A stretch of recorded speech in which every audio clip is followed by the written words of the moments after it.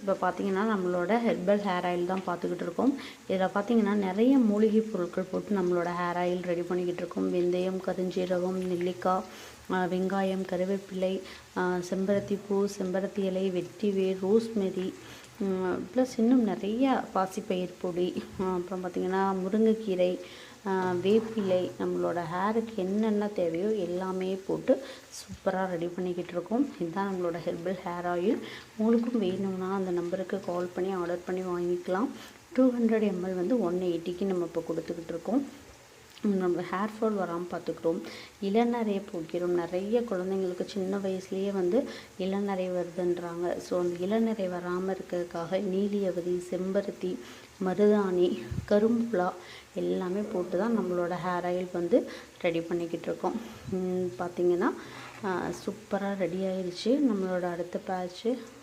உங்களுக்கும் வேணும்னா அந்த நம்பருக்கு கால் பண்ணி ஆர்டர் பண்ணி வாங்கிக்கோங்க. தேங்க்யூ.